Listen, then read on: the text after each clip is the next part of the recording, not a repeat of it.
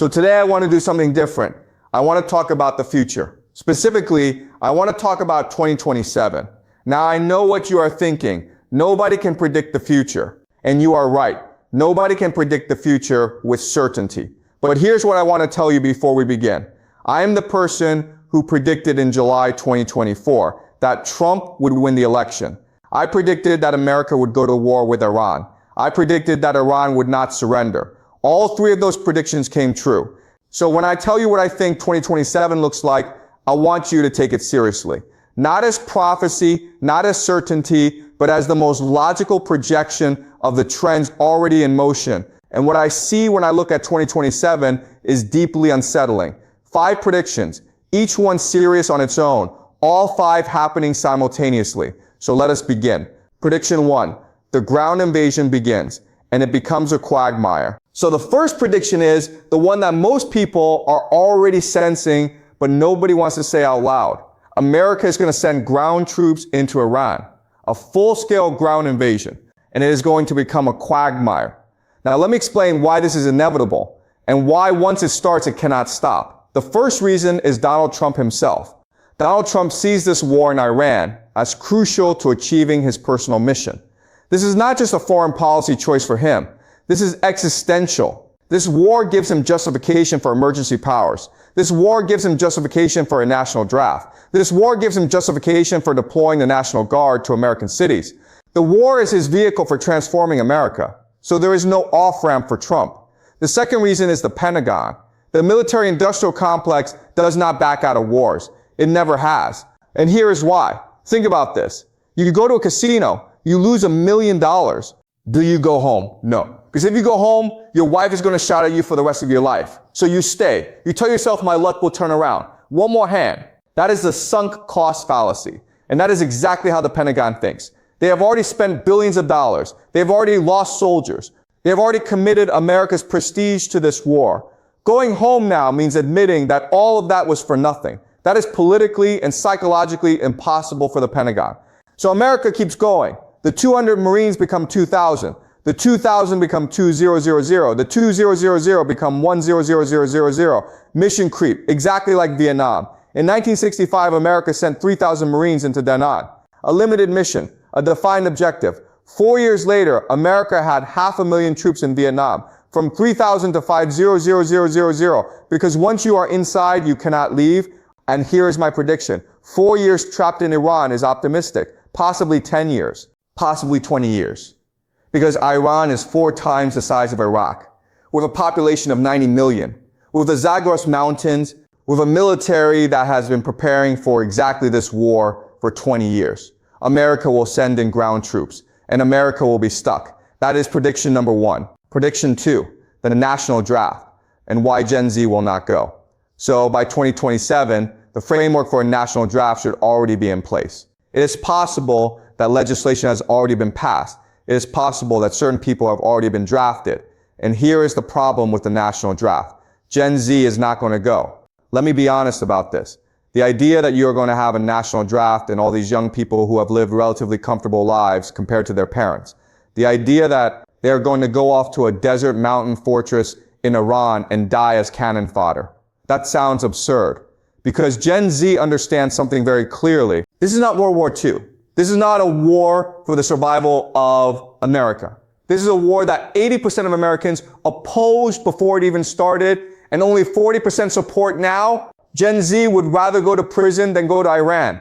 That is my honest assessment. So here's what I think actually happens. America tries to implement the national draft, and there is massive resistance, protests, riots, insurgencies, exactly the kind of low-level civil conflict I will describe in prediction 5. And then, desperate for ground forces, America does something that nobody expects. It recruits illegal immigrants. Right now, there are approximately 28 million illegal immigrants in America. And the offer will be simple. Go to Iran, fight for America, and we will give citizenship, not just to you, but to your entire family, your children, your parents, your wife.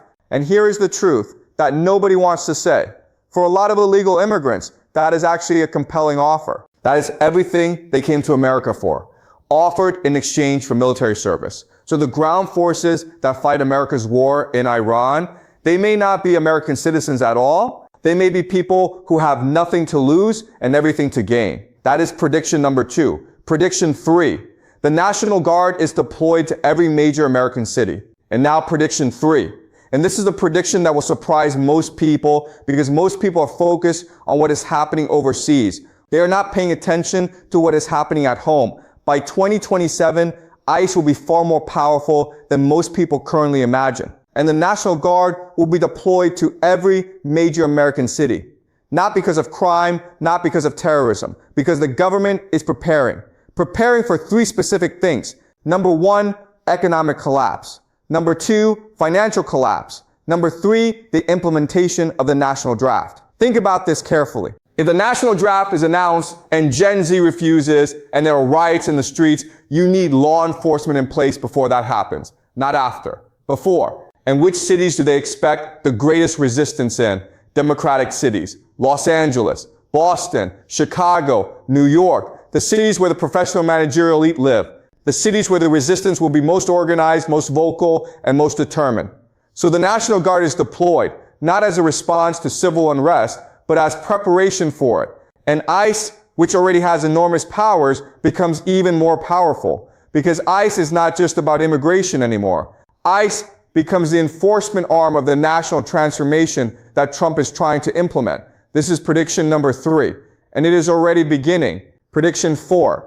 The global economy collapses, the just-in-time problem. And now prediction 4. And this is the prediction that will affect every single person watching this video, regardless of where you live. The global economy should have collapsed by 2027. Now let me explain how this happens.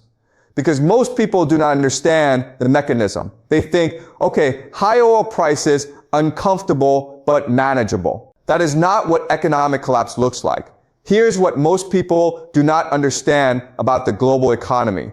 The entire modern global economy is built on one principle: efficiency. What efficiency means is this: get resources as cheaply and as quickly as possible. Do not store things you do not need. Just-in-time inventory, meaning you only keep things for a couple of days before shipping them somewhere else. This sounds smart, and in normal times it is. But efficiency and resilience are completely at odds with each other. Because the moment one part of the supply network breaks, the moment one choke point, like the Strait of Hormuz, closes, the entire system implodes. Think about what that actually means. There is not enough inventory to go around. People are not stocked up on necessities. Factories stop receiving components. Grocery stores stop receiving food. And it is not just about oil. That is what most people get wrong. They think, I do not drive a car. This does not affect me. That is not how this works. Cheap energy is the foundation of the entire modern global economy. It is not just fuel. It is food, because food does not grow in grocery stores. It grows on farms, and it travels to grocery stores in trucks that run on diesel. And fertilizer, which is made from natural gas, is what allows us to feed 8 billion people. Without cheap energy, without fertilizer, the earth can only sustainably feed 1 to 2 billion people. We are currently 8 billion. Think about what those numbers mean. And the warning signs are already there. The Prime Minister of Australia and the Prime Minister of the United Kingdom have already started addressing their nations. Their language is careful, subtle, but their message is unmistakable. Buckle up. Food shortages are coming, possibly food rationing, in countries that have never experienced food rationing in living memory. JP Morgan has reports projecting that the world will run out of oil by the end of this month, because of the Strait of Hormuz closure and a market crash. I do not think we need to wait until 2027 for that. I think we will have a major market crash before the end of this year, because you have the AI data center bubble, the private credit bubble, the real estate bubble, all inflating simultaneously, all built on the assumption that cheap energy will always be available. That assumption is gone. That is prediction number 4. Prediction 5. The ingredients for civil war are in place. And now the 5th and final prediction, and this is the one that connects everything else together. By 2027, all the ingredients for civil war in America should already be in place. Now, I want to be very clear about what I mean by civil war. I do not mean two armies fighting each other in the streets. That is not what modern civil conflict looks like. What it looks like is this: nationwide discontent, riots, protests, insurgencies, low-level conflict that is everywhere and nowhere simultaneously. Think about what happens when all 5 of my predictions land at the same time. A ground invasion of Iran that is clearly failing and has no end in sight. A national draft that Gen Z is refusing. The National Guard deployed to major American cities. The global economy collapsing and food prices surging. And a market crash wiping out the savings of ordinary families. What do ordinary Americans do when all of this hits at the same time? Some will rally behind Trump. They will see the war as necessary. They will see the hardship as worth it. But many will not. Many will take to the streets. And the conflict between those two groups, between the people who believe in Trump's mission and the people who oppose it, is not just a political disagreement. It is a civilizational conflict. Democrats will see the national draft as Trump's power grab, as justification for emergency powers, as the beginning of authoritarianism. Republicans will see the anti-draft protests as treason, as Democrats sabotaging America's war effort, as enemies of the nation. And both sides will be partially right. Because here's the thing about civil wars. They do not start because everyone agrees that war is a good idea. They start because neither side can afford to lose. And by 2027, neither side will be able to afford to lose. The stakes will be too high. The country will be too divided. The economic pain will be too real. This is not a prediction I make with pleasure. This is a prediction I make with genuine concern. Because once you look at the trends clearly, once you remove the wishful thinking and the comfortable assumptions, this is where they lead. That is prediction number 5. One more thing, the false flag nobody expects. And I want to add one more thing before I close, because I think this is important and almost nobody is talking about it. There is a false flag coming that most people will not anticipate.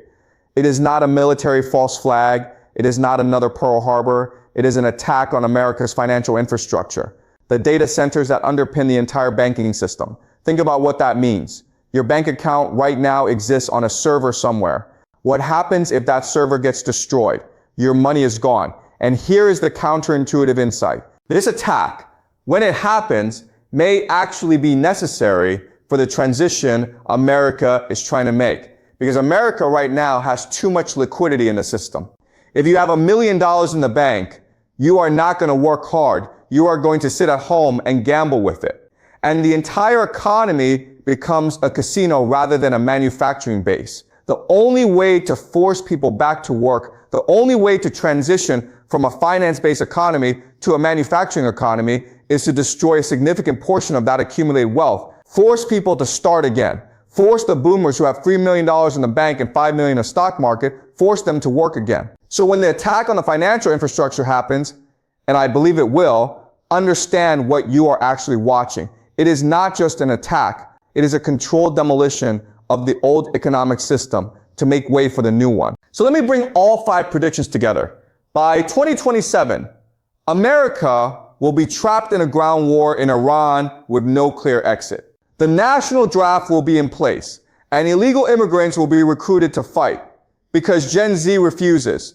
The National Guard will be deployed to every major American city, not in response to chaos, but in preparation for it.